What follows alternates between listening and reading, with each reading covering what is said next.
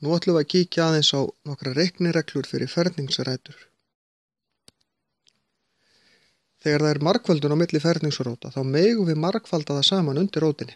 Það er að segja, rótin af 4 sinnum rótin af 5 er það sama og segja rótin af 4 sinnum 5 undir rótinni. Sjáu það eftir því sem tölurnar sem að ná undir rótastrikið hérna fylgja með.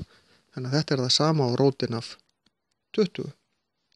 Að vísu er það kannski ekki þægileg tala, en það er samt einfaldara heldur en að reikna rótin af 4 sinnum rótin af 5. Og vasareiknirinn gefur mér að þetta er 4,47, en ég verð að muna að þetta gæti verið plús eða mínus, þannig ég verð að skrifa plús mínus hérna. Sama hér, þetta er það sama að segja rótin af 30 deilt með 5, allt undir rótinni, sem er það sama á rótin af 6, og vasareiknirinn gefur mér 2,45, og aftur, ég veit ekkert hvort þetta er í plús eða mínus, því að ferningsrót, þegar ég margfalda þessa tölu við sjálfsett og fæ ég 6, alveg sama hvort hún er í plús eða mínus. Fyrst ég má margfalda, má ég þá leggja saman eða draga frá?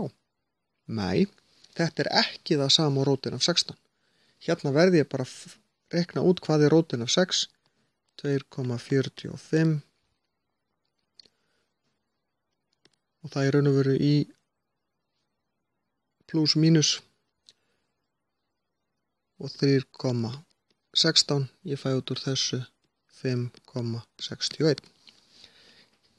Í seinna dæminu hérna þá hjálpar þetta mér, því að rótin af 125 deilt með 5 er það sama og rótin af 25 og við vitum að það er 5 og aftur veit ég ekkert hvort þetta er plús eða mínus.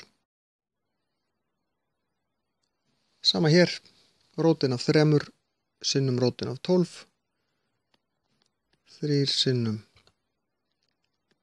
12, rótin af 36, þetta er plús mínus 6. Og þá er þessu lokið.